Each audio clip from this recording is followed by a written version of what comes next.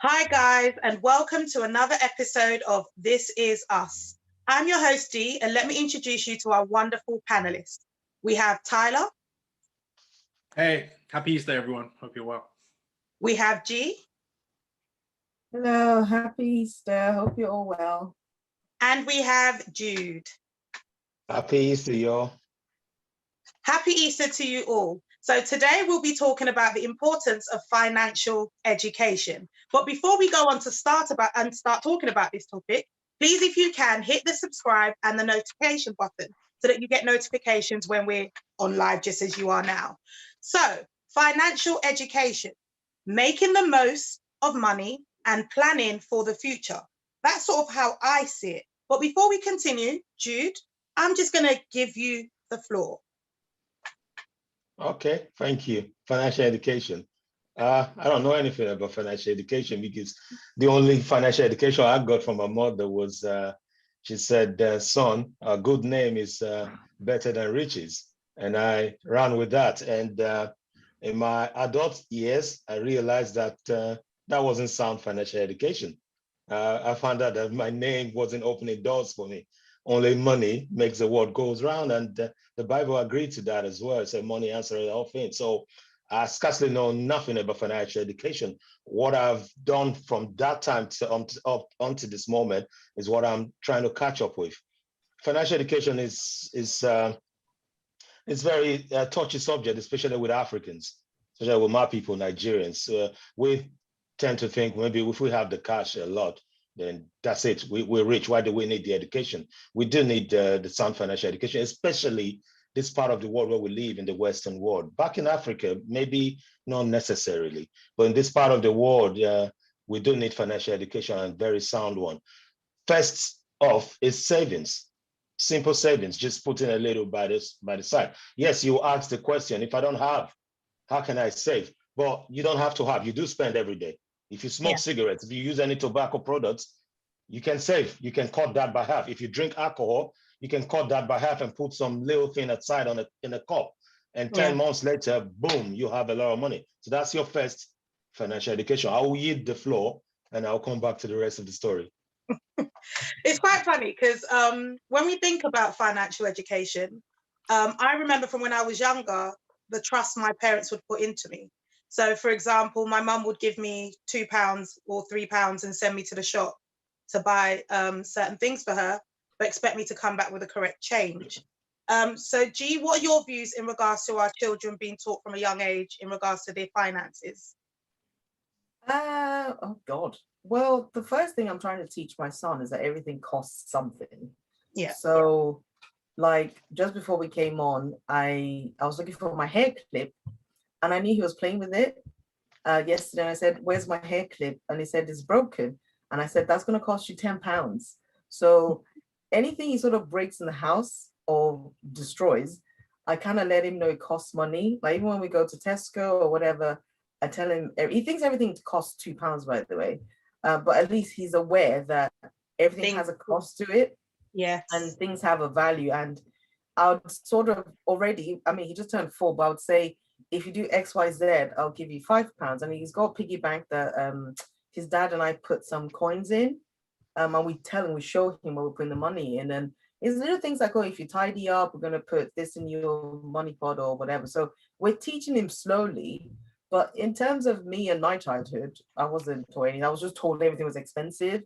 And you know, when African parents try and make it like they've crawled in some swamp with crocodiles and whatever to get that little bit of money that they've given to you. Yes, they did. So they would tell you, you have no idea how and it was actually true, like, which is fine. So growing up, I always thought, oh my God, you know, this money is so precious and you can't sort of like waste it. You can't misuse it. Like obviously they used to pay your school fees and things like that. So for me, it was very much like a big deal.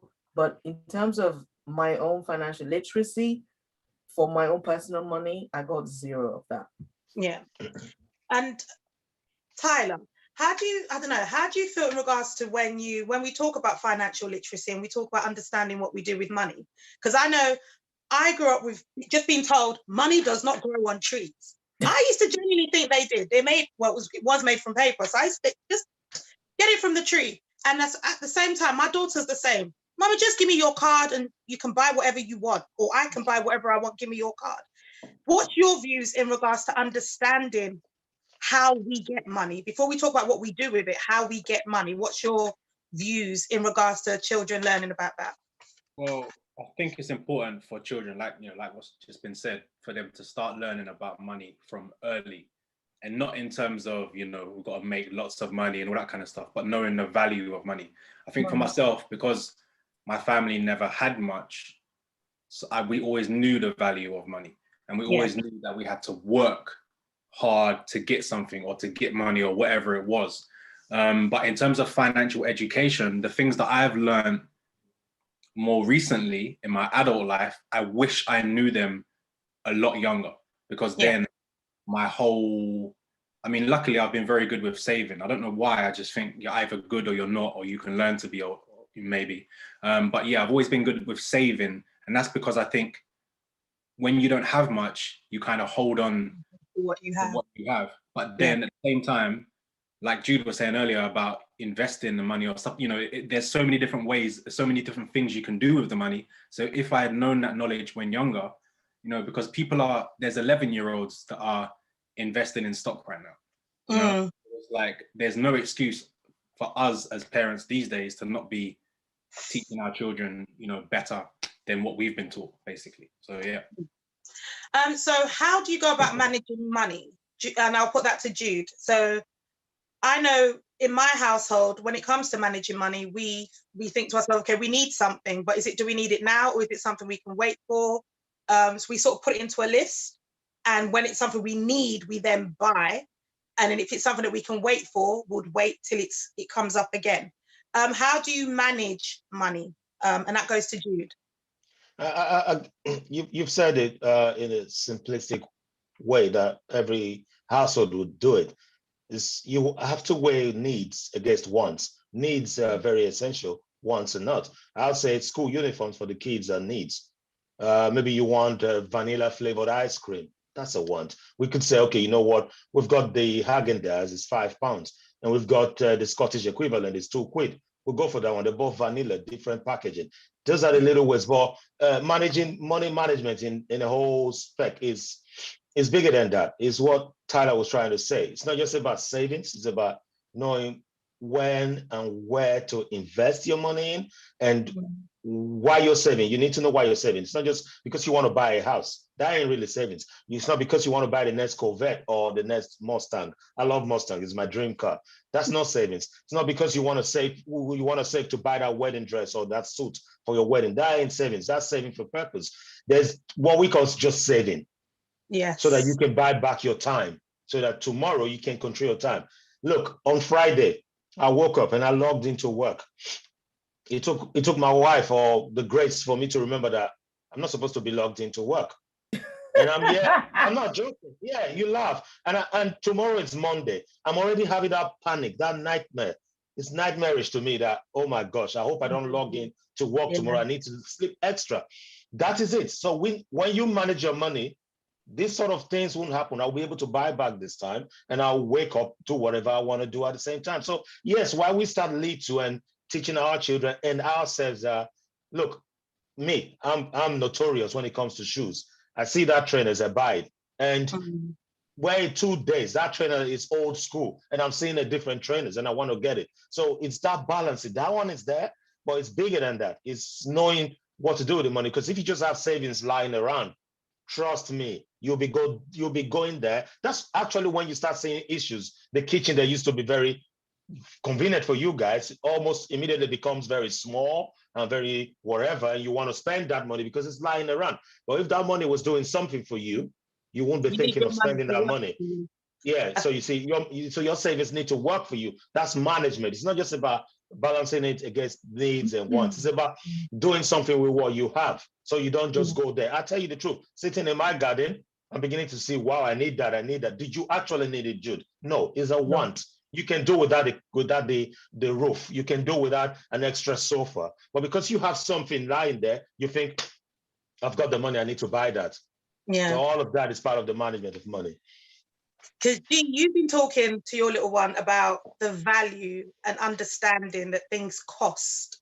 So we all do it, where it's that whole, well, that we over exaggerate it. It costs a lot of money we can't buy, or maybe save your pennies, you can buy it later. Yeah. But how was that with you growing up? Because I know for me, when I was growing up, my family were very much, we got our pocket money and you spend within your means till you got your Saturday job and then could buy for yourself. I wasn't initially good at savings, didn't quite understand the value of the money I had until I got a lot older. So I don't know, what was your experience with the value of money, G? So I was so I was listening to everything Jude said, and the whole time I was like, So everything Jude said, and this is, I don't want to say it's a confessional from me, but I'm not very good with money. I'm not bad with money, but I'm not very good with money. I'll explain. So Jude is saying about, you save. If you go to Haagen-Dazs and you see listen, I'm buying Haagen-Dazs. I'm not buying the other one. Yeah, of course. The same way, if I drank Coke, which I don't, I wouldn't buy Tesco Cola. I'm buying Coca-Cola. Of course. So, but also, in terms of money, and this goes back to one of our episodes where I talked about my upbringing and stuff. I grew up in a fairly wealthy household, according to the society standards anyway. But I was so deeply unhappy. The money didn't serve me. It didn't save me when I needed saving. It didn't do anything to aid my life in the way that I wanted it to. So my relationship with money is very, very weird. It's like, okay, now I'm a parent. I'm very good at, okay, these are the essentials. We need to pay our rent. We need to buy food, all this kind of stuff. But whatever is left, it's getting saved, but probably not as much as it should be getting saved. And it's taken me about a year to fine-tune my financial planning template that I use for my household. And to be serious about, literally just before I came on air, my Amazon delivery came for financial book from one of these finance, she calls herself a financial literacy advocate. So it's not like a banker or what's that man, that richest man, I can't remember his name, the old man.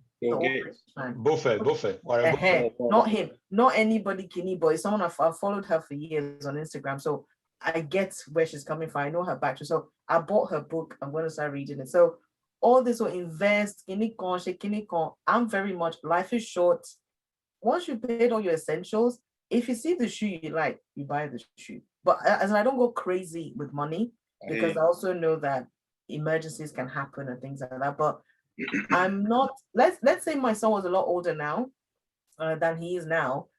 The position I'm in now, I'm in no position to advise him about money because I'm not as good as I'd like to be with money. My husband's probably better with it. And as far as I'm concerned, and I told him this, he's got millions squirreled away somewhere for proper emergency that I know nothing about, which is fine by me. So that's my logic behind it. But when it comes to money, my relationship is not great. But definitely financial literacy is something that I wish I was told about. Because I started working when I was 18, but you just don't, nobody tells you this is what you do with the money or this is what you don't do with the money and things like that. But I'm just grateful and thankful to the mercy of God that I'm where I'm at, where I'm not in like massive debt and I'll spend money on stupid things. And some of the things I teach my son now are things I'm teaching myself at the same time, if that makes sense. I just have to be better. It's something I've admitted I'm not very good with. And I've actually tasked myself with rolling out my financial template because I'm an accountant, as you all know, chartered, to roll that out to a point where I can actually sell that as something people can use. Because I've done a bit of market research. Oh, how do you plan money in your house? Oh, we don't use anything. We just know how much is in the bank. I'm like, okay, you should know what's going out when, So I'm good at things like that, but I kind of need to be better at it before I can actually teach other people how to do it. Tyler, following from G, do you follow some form of what do you call planner or? Yes, absolutely. And we have done for a long time. There's two reasons. One is we're self-employed. We don't get paid regularly. We don't get paid monthly. We have money coming in sporadically. So it's like, I think a lot of self-employed people know how to kind of hold on to money because they know there's going to be rainy days, right? Yeah. So myself and my wife, both self-employed. We actually learned our money management through our church, because my pastor likes to do, you know, like financial seminars and stuff like that, where he brings people in to talk about that, so that we're not just going to church learning about God and not learning about how to live in the world. But that's where I learned all my money management. When we were saving for our wedding, we lived by this rule of, which was called 10-10-80. Save 10, tithe 10, live on 80. Yeah. Some may disagree, but it worked for us. And what we do now is, another thing I was going to mention is, because we're married, all our money is in one pot, by the way. And we both directors of our own business, our own limited company. So obviously all the money that we earn goes into that one pot, and then we pay ourselves dividends. So this last, or salary or whatever. So this last year, during 2020, was actually the most I learned about money management and financial education. It's the most I've learned, and it's changed my life. It's changed how I earn money, how I spend money. You know, we're now VAT registered as well, which I never knew about until, you know, my accountant, I hear about it, but until my accountant sat me down through many meetings and, you know, had conversations with me. Now I know. Now I'm getting that free money. And one thing we do have as well is we have a spreadsheet. So I know exactly down to the penny every single bit of money that leaves either our business account or our joint account or our personal account. And there's only one bill that leaves my missus' account, some small bill, because, you know, we've taken all the bills away from her account. So yeah, and I think it's so important to know that, because then you just know, you know how to plan, you know what your budget is, you know. I love it, man. I love, like, I'm terrible. I'm on my banking app every day. This last year, I'm on there every day, and it's like I'm doing the best I've ever done financially right now, but I like to see it. Make sure. Same year, brother. Same year, brother. But you know what? I'm not like that. But then I'm actually really good with money. I'm really good at saving. I'm really good at just checking what we have. But I'm not one to check the account. It's just checking what we spend. So I go through phases where I buy a lot. And then I go through phases where it's like, no, we're not getting that. We're not getting that. And then there's certain times, I don't know, one of our viewers has put there that if you work hard, I think it's Esther. Hi, Esther.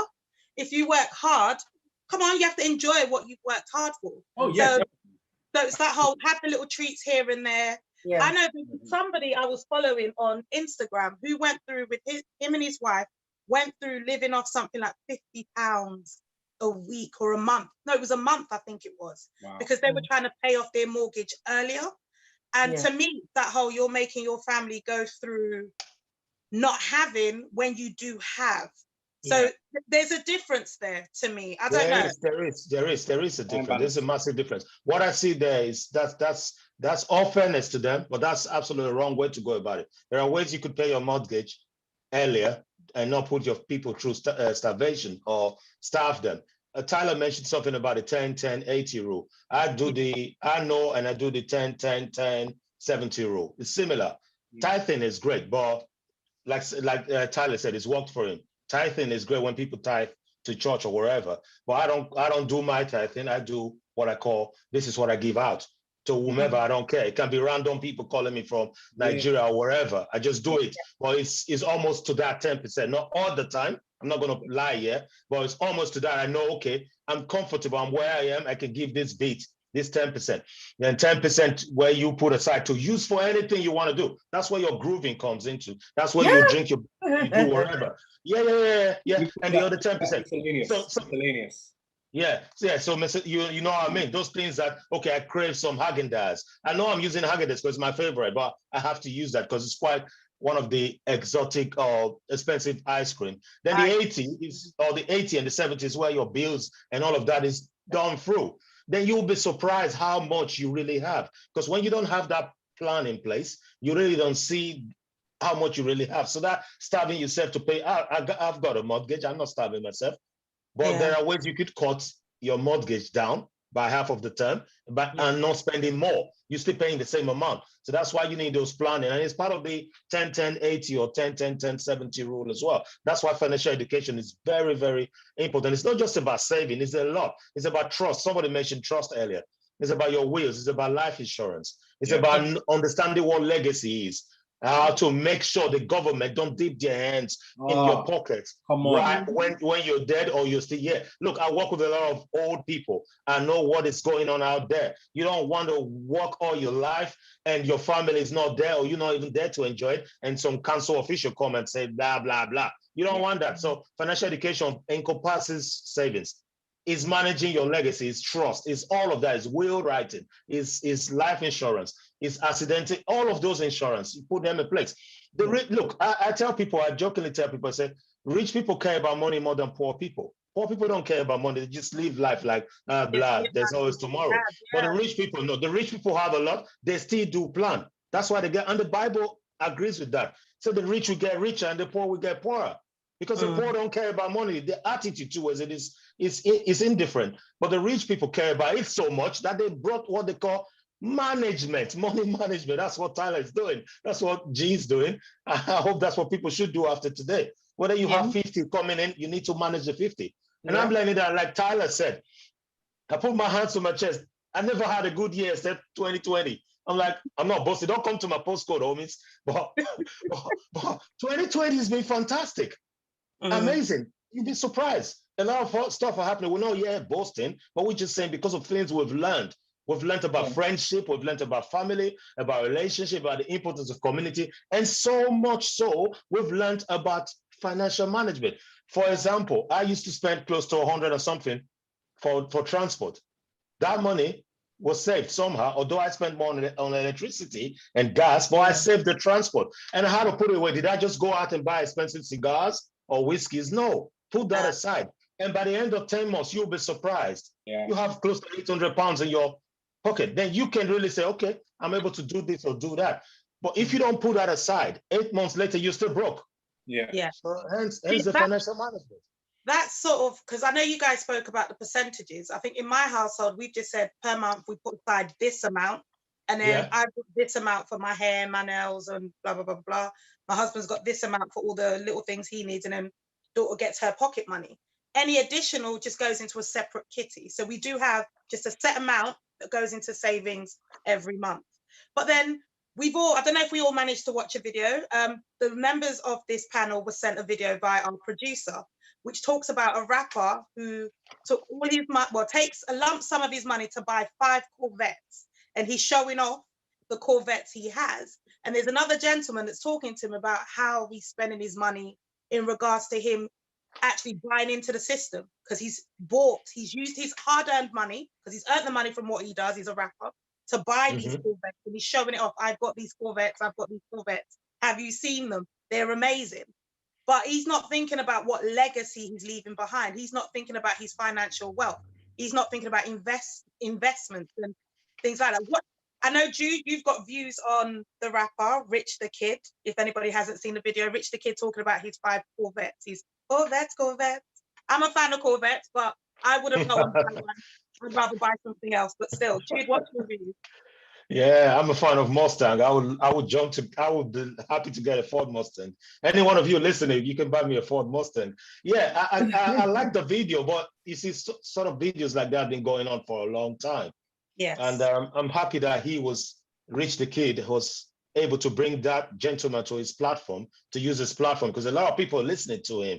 So he was taking the flak, and at the same time, he was ensuring that people learn. And he said something along in the video. He said the older guys. So I think he's referring to the OGs in the rap game, saying they don't rap about these things. They're still rapping about flexing, life, cigars, whiskeys, women, men, and all of that, and expensive cars and all. I wish they could rap about things like this. That's what I was saying. But stuff like that, when you talk about how to make more money out of money, or make money while you're sleeping, or let your money work for you while you're sleeping, like the Warren Buffett of this world would do. Jeff Bezos will go and sleep tonight, but he's still making money. Yeah. But when you rap about stuff like that, that's boring. That ain't gonna move people to dance in the club. Q-Tip and the others did stuff like that. Well, it didn't lead them anywhere. Well, I'm not saying you shouldn't say stuff like that. It's very vital, because people who will listen, they will still listen, to say, yes, we should do this. They should invest in real estate. And I know too, before I used to say, why all these blings? But I later learned that some of these blings that they buy actually are investment. And some of the rappers, when they go out, they don't wear the actual blings, they wear a fake, they wear a replica, because they don't want people to cut them off their head. So the real one is sitting at home. They are Rolexes, they don't wear the real one out, they wear the fake one. And actually some rappers have actually said that we actually buy fake Rolexes, like 150 from the local bodega. And they come out, because when you see Rick Ross with a fake Rolex, I'm not saying Rick Ross wears fake Rolexes, but when you see Rick Ross with a fake Rolex, you wouldn't know, because it's Rick Ross. You might think, oh, yeah, that's Ronaldo, Cristiano Ronaldo wearing a Rolex. He might be wearing a fake piece. You wouldn't even know. So it's all of that little things. So long as you're making investments, returns for your family. Because look, I watched a video too about basketballers, OGs in basketball who came together, like a roundtable talk, talking about how broke they are. This is very important. But again, I will yield the floor and I'll come back to this. Tyler, what are your views in regards to investments? So, as we said, Rich the Kid, he's, according to him, well, before he invited this guy onto the platform, those Corvettes were his investment. But he was then educated in regards to, come on, earn your money, invest that money, and then use the money that you've earned from the investment. That's what you can go and play around with, but invest your money. What are your views in regards to investment? Yeah, I agree. I have two views on this. And I understand the view where, you know, we'll use rappers, for example, or, you know, people like Money Mayweather, you know, that spend lavishly, you know, ridiculous amounts on, you know, bling and cars and whatnot. My view sometimes is that I understand, as the older I'm getting, I'm understanding more of the struggle, the fight, you know, the racism, you know, the ostracized that they've been, you know, all the struggles that they've been through to get to where they are. I understand, especially in America, or people have come from Africa or wherever it is. So when they get to this level now and they've got this kind of money that they've never seen before, because they came from nothing, and they now just want to splash and have fun and spend. I understand that. Yeah. I understand that. So I'm not angry at them or annoyed at them. I just hope that they are doing smarter investments behind the scene, because like you said, if we're leaving legacies, if we're changing future generations, if we're changing our children's generation, that's when we're really doing something. It's not about us getting there and getting all this money and its fame and whatever. It's not for us. It's to leave that legacy. So my only annoyance is when people do this and they have no idea about investing. But the thing is, a lot of these people, you won't know. You know, you will see them spending their money buying yachts and all that, and you won't actually know that behind the scenes they have got major investments. It's just that they don't talk. Yeah. You never know the full story, really and truly. But I just hope that people in that position are, because man, they could be. And the thing is, for us as well, as a Black community, as a Black culture, you know, we need. It's so important for us to do this, to change the future of Black up and coming people. You know, we know the stories before of like the Black Wall Street and all this kind of stuff, but you know, it's like we need to get something like that back. You know. Yes, so, but there's a lot of supporting each other. If we think of investment now, because it's I don't know if any of you have looked into things like cryptocurrency and Forex and all that kind of stuff. And there's a lot of supporting each other to get each other on board. And whether it's successful, we won't know, but it's that whole trying to build the community. I know I heard somebody say before that it's the way the world's going, especially since this virus as well, is the poor, it's going to flip. There's going to be a flip in regards to the poor are now going to get richer and the rich are going to start losing out. I don't know, G, do you have any views in regards to the whole Forex and cryptocurrency and people investing, and even like as Tyler mentioned, the Black community trying to now support each other? Well, I definitely support the Black community in terms of buying stuff from like Black-owned businesses. I actually make a point of doing that, and sometimes I buy things from a Black company just because they're Black, not because I need the thing, but because they're Black. And I remember, I think it was last year, maybe it must have been last year, a friend of mine, a friend of a friend, set up something called Black-owned economy on Facebook. Is now become an actual what do you call it? Like a website on his own. It's like Black Yellow Pages. Yeah, it's massive. Yeah. Yeah, so Yeah. on the Facebook group, people go and post what they. So literally, if I need anything, I go to look on there first before I go on Amazon or anywhere, because I'd rather buy it from there than anywhere else. And it's great for, there's so much on there, you know, so much promotion going on. But in terms of investments, I've got a master's degree in investment and finance, which I'm not using. So I know a fair bit about it, but investment for me is like, I now buy shares, even if it's 25 shares, 100 shares, whatever I can afford in Black owned businesses that I know are going to go somewhere, Yes. or they're going to have some sort of longevity. So apart from the building legacy part, which you guys have talked about, is also that investing in our own. And there's a sense of pride that comes with that.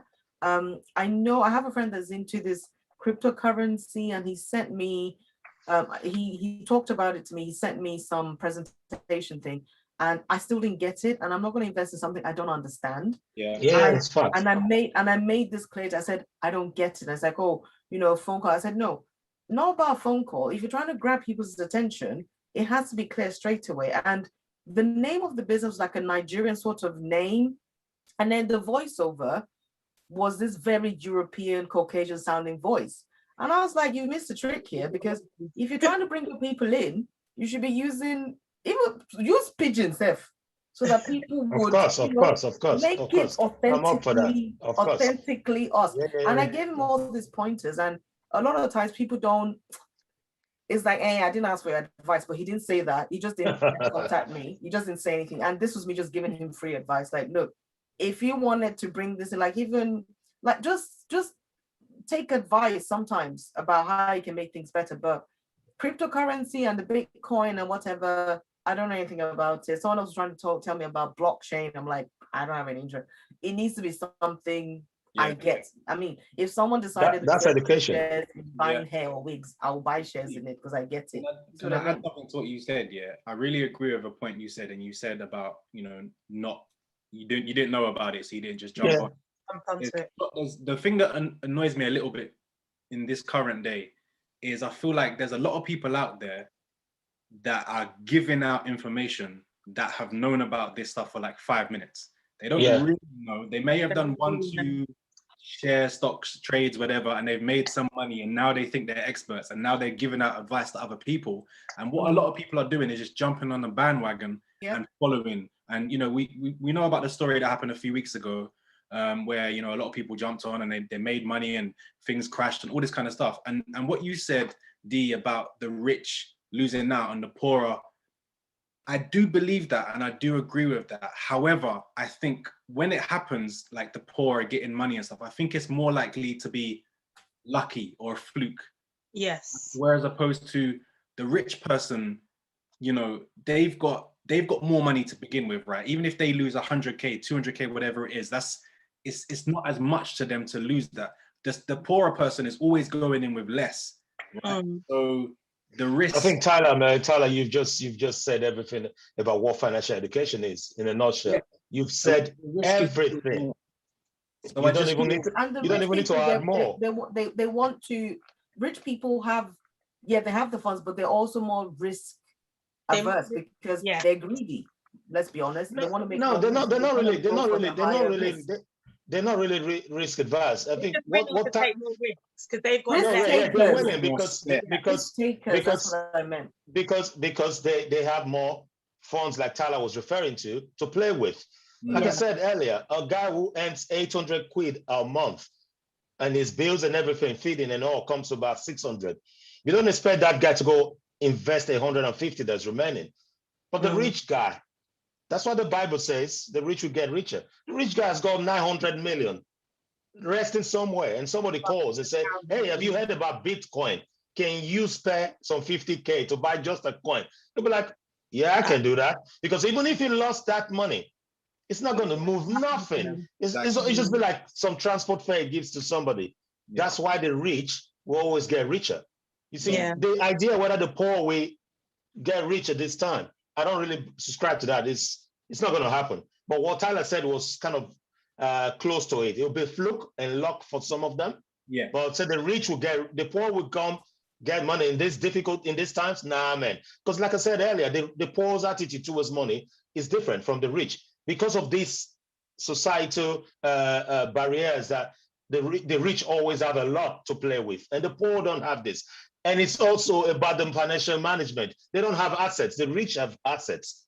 I was But just then, about you to know, say if that, someone is what's poor, it's hard available. for them to financially manage anything. They feel they don't That's have exactly what I'm enough saying. in the So first place. societal barriers is against them already. So Yeah. their back is up against the wall from the day go. So there's no way they're going to make it. It's just only going to be by chance, like Tyler said. If maybe they hit the lotto. But the good thing is the more education that gets taught to the poor, as we're saying, you know, the ones the lower class or the working class, whatever you can call it, the more the education comes, the more they're then teaching their children, the more. So hopefully, you know, in 100 years, things. Yeah. Exactly. I like the way you think. 100 years. It's not a short term. Hopefully less than 100 years. I mean, because we're looking at the long term. I know, so but I like at my big age, I only sat down 2 weeks ago to work out with a spreadsheet how credit card companies calculate interest. I sat down, I think it took me 2 hours of working. And when I found out how much they could, the daily interest and the amount, and I was flabbergasted. Like, and I remembered I made a vow that once I pay off my current credit card, that is it. Yes. If what I'm buying, put a I scissors can't through pay it. That's back financial that management. month, I'm not buying it on a credit card because you Simple. look at credit cards as like, oh, I'm gonna pay this out. It's not free money, but okay, it's like a small loan. You know, I'll pay it back, whatever. But then when you see the interest, I'm like, I did all the calculations and I could not believe how much interest. That's financial management. It's a lot. It's mind blowing. I've been through that, so I know. It's quite funny because I remember years back in regards to when you think about applying for credit cards and all the interest and things like that. And we're all discussing about the rich getting richer and the poor getting poor. Well, not poorer, but staying the same in that kind of thing. But I remember it being told to me that people that know how to manage their money actually have the most debts because they have a lot of credit cards that they're bouncing money around with. So they have the cash, but they're bouncing around. That boosts up their credit. But then if somebody doesn't, if you're not at that class, you're not going to take that risk. You're not going to, unless you're willing to take, you are willing to take that risk because you're thinking it will work. But that's a 1 in a how many number that will take that risk. So it's that if you, I don't know, once it was told, I was like, there is no way I'm going to go and like get credit cards, bounce money around and say, yes, I've got money, because in the long run, I'm going to owe that money. But some people probably would go out there and do that. Yeah. So it was all complete lies, D. It's complete lies they sold to us from the pit of hell. Trust me, they sold lies to us. That they do, because I know they do. People did it. Yeah. You boost up your credit from bouncing around money within credit, but that's bad. But that's if the credit agencies will open up and tell you the truth. Owning credit cards don't boost no credit. You know what boosts your credit? Not having debts. But they never tell you this because they want you to own the credit card. They sold me the same lie. Apply for this, apply for that, get this credit card because if you don't have it, we don't have a financial history about you. Blah, blah, blah. It's all lies. They just told us that because they want to sell products. The bank will never tell you how to have your mortgage. Yeah, real talk. Pay your mortgage 15 years, they will never tell you. But people out there will tell you because they're not selling you a product. Credit cards was the same. It was a big lie they sold all of us, and we got hooked on it. Like G was saying, it almost appears as if it's free cash. It ain't free cash. You'll be surprised on a 10,000 pounds credit card. Yeah, go on. I remember when I enrolled at university. So we have Freshers Week. When you go to university, you've moved from home, you're on campus. Then in the corner, you've got NatWest, you've got Santander, you've got HSBC. They're all trying to get you on board. So you're like, well, I'll sign up to this one. They're giving us a what? I'll sign up to this one. They're giving us a blow-up balloon. I'll sign up to this one. They're giving us a free mobile phone. We had no understanding in regards to what we were signing up to. We signed up to all these different banks, and it was the same with mobile phones as well. All these different banks, all these different mobile phone companies, but not having an understanding as to, okay, they want us to sign up because they know we're going to utilize their product. So they're yes, of course. And as students, we're clueless. We are clueless. Yes. And from there, it's either you work your way out of your debt or you're stuck with that debt. It's So a lot simple of as people that. have that debt from uni, from would say Yes, once they yes. finish university, they're either making it or they're already down that path where they're going to be struggling. Yeah. It is what it is. You set yourself up to fail. Again, it's all about this. Look, I'm not putting anybody down. I was never taught about all of this. As I said, my mom always told us the name is better than riches. That's all my financial education in one line. You see, these people who are wealthy, they understand this stuff already, so they teach their children. They actually spend, the chartered accountant amongst us would know, they spend a lot of money getting the chartered accountants, getting all those Deloitte and Co people to look for the loopholes in laws and all of these things on how they could beat it and make more money. The poor person, me who It's works called on a 9 to 5, creative I have accounting. money to do that. Exactly. Very creative accounting. And your account could be relaxing in Bahamas and you're doing stuff. I met a guy. Exactly. I met a guy who was a millionaire, right? And he's got businesses and they're in, you know, his children's names and all this stuff. And he said if he pays more than 2% tax, he will fire his accountant. And Imagine that. Imagine that. It's fact. I don't have that power. My accountant will fire me. But I'll tell you something else, yeah. I was having this conversation with a group of friends, and I'll ask you guys actually what you would answer to this, right? So we was talking about the bounce back loan, you know, I'm sure people are aware of that. Yeah. Businesses. So we said, yeah, this is the example. You get the bounce back loan of say like 50K, right? And say you get it for that year, it's interest free for that year, right? At the end of the year, you decide you're gonna give back 30K and keep 20K, right? And then the scenario is you now get a job just before the end of that year. You now get a job that pays you 30K, right? 30K paid, and you have the 20K that you was going to keep. What would you do with that 20K? Would you give it back or would you keep it? I want to hear what you guys say before I carry on. I don't like the idea of owing people in general. Okay. So if there's any chance for me to pay something back sooner, if I'll pay it back. I don't like anyone lording it over me that like nah. You'd? Yeah, if you ask me, the greed in me will say keep the 20K, invest it, because the percentage will be to pay back will be less and all of that, blah blah blah. But I think with it, the best practice would be give them back their money. Yeah. Okay. Yeah, but me, I would want to invest it. That's if I know what I'm doing with the invested anyway. I'm always a 50-50, so I would give back half. Okay. So I'd give back half, Okay. and then the other half, but I wouldn't invest the other half. I'd be like, how can I spend it? Spend it. Oh, what I said, was, and I got schooled this night because I was talking to three guys that are all in the kind of business, IT, financial world. And I said that I would give it back, right? This is before I changed my mind now. They all said they would, right? Because they said exactly what Jude said. They said that money, they would now, if they had something to invest in or whatever, they would use that money to do that because they're essentially using someone else's money to work for them, while they still have got their own 30K sitting there. Whereas most of us, we're so used to we would say, no, we don't want no debt. We'll give it back. Obviously, no debt is a good thing. We'll give it back, and then we use our own money. I'll try and invest in something. That thing goes to pot, and then we're left with nothing. Exactly. A story about this company that they turn over 25 mil or something like that, right? The directors all got their big dividends paid out, all this kind of stuff. They needed to invest in something that was 2 mil. My friend showed me the business plan, strategy, whatever, and I was thinking to myself, if you're turning over 25 mil and you're investing in something that costs 2 mil, you just use your own money, right? Did they use their own money? No, they didn't. They went and got a 2 mil loan. And now go and invest. That's when my mind started working, and I was like, wow, these are big corporations that do this kind of stuff. So why do we, the little man, have to use all our own money and not get up by using anyone else's money? Game changer.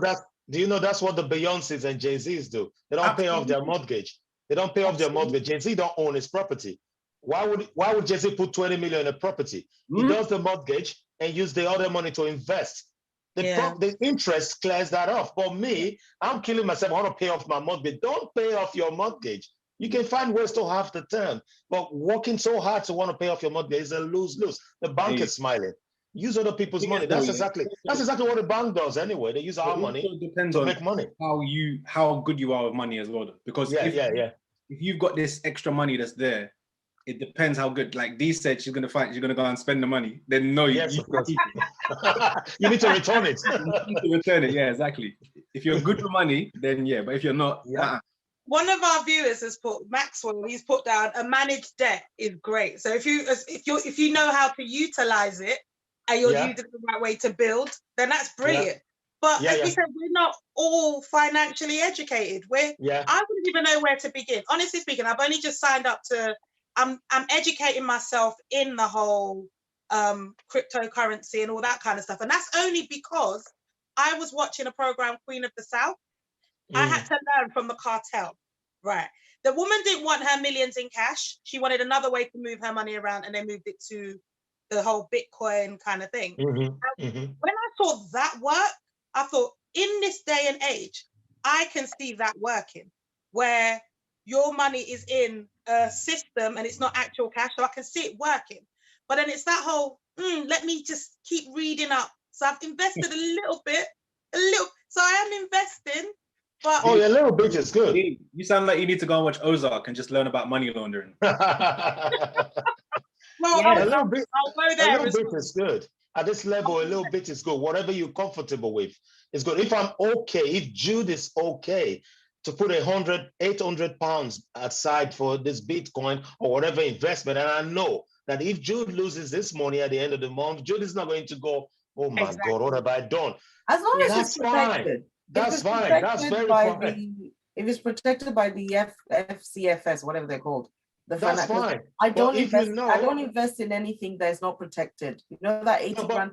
I'm saying but if you lost your money out of your own investment, it's got nothing to do with FCA. I'm saying if I am comfortable to lose 800 pounds, then that's okay. But at this level, am I really comfortable losing 800 quid?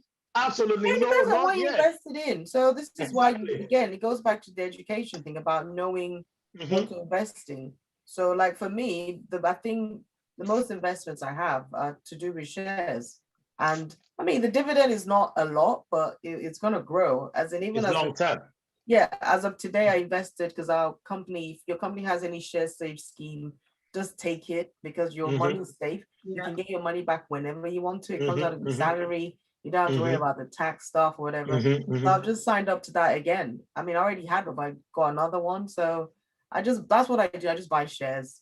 But there's shares in things that I understand. I mean, I work for an energy company, so you always need energy. So that one, and they keep signing new contracts every day. So you just have to, again, you have to be financially literate in what you're doing. But then how do we, because we're all, I'm looking between the four of us, I'm probably the least educated when it comes to finance. I am. We have our chartered accountant, we've got our self-employed who's there learning it because he has to. And Jude, you're educated, you know what you're talking about. But how do we go about educating our children now? Because this is my one thing. We are the generation that we're trying to leave, as we've spoken, the generational wealth. We're trying to leave the legacy. So what should be put in place to assist our children? Because we don't want them to go through what we're going through. We want them to be money smart. We want them to invest and let their money work for them. As Tyler spoke about, that whole spending the unearned. So you've got that money, rather than give it back, invest, be on that fast drive to know that they can leave a bigger legacy for the next generation to come. What can be done, or what are your views in regards to how can we do something? I think it's just about it's about talking to them and having that continuous conversation, as with anything. But it's simple things like kids love kids, well, some kids, but a lot of kids like, they're saving, their little saving pot. When children are at home, or I'm talking about when they're a little bit older now, say, and they're starting to work, they've got a Saturday job, they're not paying any bills, but they're still making money, right? I think that even before that, but I'll use that as an example, is a key time to then get them into investing in stuff, the money that they don't need because they're at home and they don't need to buy these trainers or these, whatever they're buying. So that is such a prime age for them to now start putting money aside and doing stuff with that money that we never did. So I think that's a good example. And if you're having that conversation with them from a young age, you know, 8, 9, 10. I think my brother-in-law, his son is 8 now, I think, and he's already he just turned 8, and he just invested in his first stock. And they live in Silicon Valley. Obviously, they live in San Jose, so they're in that world. But still, he's just 8 years old, and he's just invested in his first stock. That's amazing, and he understands it because his dad is talking to him about it. So conversation. Tyler's mentioned we need to have conversation with our children. G, what would you say? I agree. I completely agree. You definitely have to have conversations with your kid, and also like my niece, her mom got her. There's this app that you can get. I think it's called something Henry or whatever. Go Henry. Like a pocket money type app sort of thing. And she's going to be 9 soon. So when she knew like she wanted, I don't know, some LOL, whatever, some sort of toy for her age grade. So her mom told her how much it was going to cost. And she wanted it for Christmas. So her mom was like, well, you already get paid £1, £2, whatever for different chores in the house. So you can go away and work out how many chores you need to do over what length of time to save up for that money. And I think in a way, if you tell or teach children how much work goes into earning £1 after tax, and do it in a way that they understand it, they kind of get the value of it, and they kind of say, I want this, I want this, I want that. So it goes down to communication and kind of, to use a very Nigerian word, inculcating that habit within them, so that when they get older, it just comes naturally to them that, okay, for every £1 I earn, I need to save 10%. I need to save 20%. I need, if it's a habit, because I know if I had that kind of habit, I would be swimming in pounds at the minute. But so I think communication and showing them, and in this day and age, there's lots of cartoons and things like that break things down a lot simpler for kids that they can use to. I mean, some adults also don't need it. I understand things better in cartoon form than a person talking at me. So that could help too. So making it a habit. I know of somebody who their parents made them pay rent when they got to a specific age at home, but rather the parents didn't keep the money. When the person got to an age, they gave them back that money towards their mortgage. Fantastic. That you were giving us as rent. So imagine if you were saving that, this is what you'd have. But yes, we're giving it to you. This is an example of you can save and use this money for something. Fantastic, though. Fantastic, everything everyone has said. But I'm going to lean more towards what the information Tyler gave. Again, my little boy says he wants to play basketball. I said, you have more chances of becoming successful if you lived in the US than here, because our focus is different. It's like somebody saying they want to play rugby, and I'm asking them to go live in Nigeria. No, it won't work. So I kind of will lean towards what Tyler was saying, but like Tyler rightly said, that kid and the dad live in Silicon Valley. All you would do, eat, sleep, and do whatever is Silicon Valley. I don't want us to teach our children hardship. Far from it.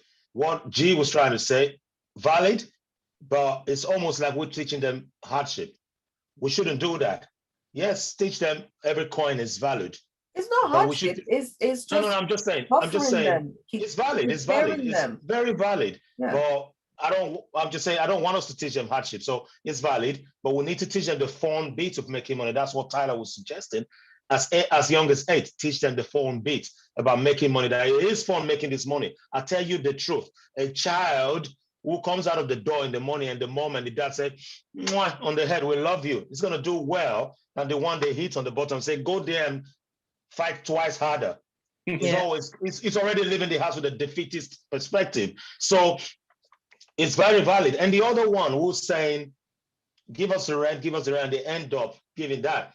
What they should have done is put that in the savings, and that could have generated interest. Go back to the Bible. I like the Bible a lot. The Bible said a king was living, gave 3 of his servants or wherever 3 talents. He gave them talents each. When he came back after his sojourn, he asked the first one, where's the 3 talents I gave you, for example? He said, oh, yes, sir, that's it. I've doubled it to 6. He asked the second one, where's the 2 talents? I've doubled it to 4. Great. He has the third lazy. I said lazy. Already gave it up. I have the third guy. You gave away the ending already. I gave it up. He has the third guy, and this guy had the guts to say, you lazy king. You're always reaping from where you never sowed. I planted your coin. I don't care. And the man said, really?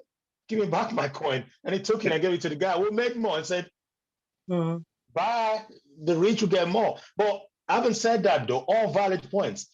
What I'm going to teach my children, and it's exactly what I hope they're watching this video, is what Tyler was saying. This is a conversation. G said it, you said it. I was in a Zoom meeting last week for 2 hours. After I came off the Zoom meeting, that's when I regretted. I should have put it on the big screen for everyone to watch it. I was just there watching it. I'm in my 40s. I'm going. I'm on my way out. These are the ones, the future. And yet I denied them that 2 hours of proper financial education. And I said, wow, I can't get that back. And I didn't record it. So these are the things I need to really let them see. And I also have to teach them about the crab mentality. That's the story I was going to say earlier. And that's what affects us as Black people a lot, especially we from Africa. The crab mentality is simply all crabs in a bucket, one trying to get out, and the others are clawing to them, thinking they're all forming a ladder out, but they're pulling that one back. Wow. What the all crabs need to do is watch for that one to really get out and see if he's going to throw a rope back. If he throws a rope back, great. If he doesn't, or she doesn't, fine. Don't keep clawing and pull them back and expect all of us to be on our bum. This is how we lose. When the Black person makes it, cousins and nieces and nephews and aunties and uncles and everyone and friends, they congregate at their house. Yeah. And they eat and drink and everything for free. We bring ourselves down by doing that. Let the Black man or woman grow. Crab mentality should end. It should end. But also, I'm working, I'm busting my butts out, sorry for my language, because of my children. I want to be able to say, you know what? When you want to buy your first property, some people will say that's not good lesson or whatever. I'm going to give them their first deposit. I know families who've done this. And look, my gosh, what they're doing is supporting each other instead of being that crab, pulling down. That's what we should be giving them. Every of the thing we've said today is valid, but we should not teach our children hardship of making money. We should teach them the fun bit of making money. It is fun. It is fun making money. Don't let them see our hardship. You know what you said is so you preached this then, man. About that, it is actually something that's brought into schools as well. I know the banks are bringing it into school in regards to financial education, teaching our children how to spend their money. So things like Enterprise Week, where they give them like a £5, create a business and see how you can make that into more money. But as all the panelists have spoken today in regards to their views on financial education. One more thing. Sorry to cut you. Another important thing, I think, on top of what you just said, is important for us to teach our children the importance of giving as well. Yes. Talking about from a tithing point of view, or I'm just talking about giving, whether it's charity, that small, because that learning to give that small little £1 or whatever it is. That is very, very important. And when it comes to either saving or, or investing or whatever, you're used to giving money away that you put your hands up and said, look, I'm that's gone. Yeah. That small learning how to give is life changing, man. Because it is. When you learn how to give, you realize that it comes back to you. It comes back to you tenfold. I agree. I agree. The amount of people that blessed us from, when we were getting married, for example, the amount of people that gave to us was out of this world. And it really taught me about giving. And then, even during COVID last year, random elders and stuff, that because they knew we were self-employed and stuff, just gave. And it's like, and it just taught me to give. And, it will come back to you as well. I agree. Apart from tithing, I did, when you have to do your tax return, I had to do a couple, and I had to add up all the giving, like to charities or whatever. And I couldn't believe how much I'd given in 1 year. And I was secretly proud of it, but it's the kind of giving that you don't even notice. It's just like, okay. And I totally agree with that. It will come back to you tenfold. It will. Okay. As the panelists have spoken about today, they've all spoken about their views in regards to financial education. We've spoken about communicating with our children, teaching them the value of money. I think it begins from the home, and then from there they build. Let them have a love for it, an interest in regards to going out there and building a legacy. But what I want to say to you all is many thanks for tuning into This Is Us.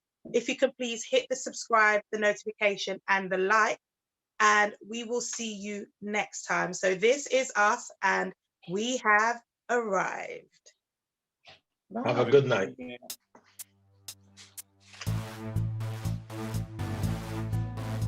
Nice. Very nice. Very, very, very nice.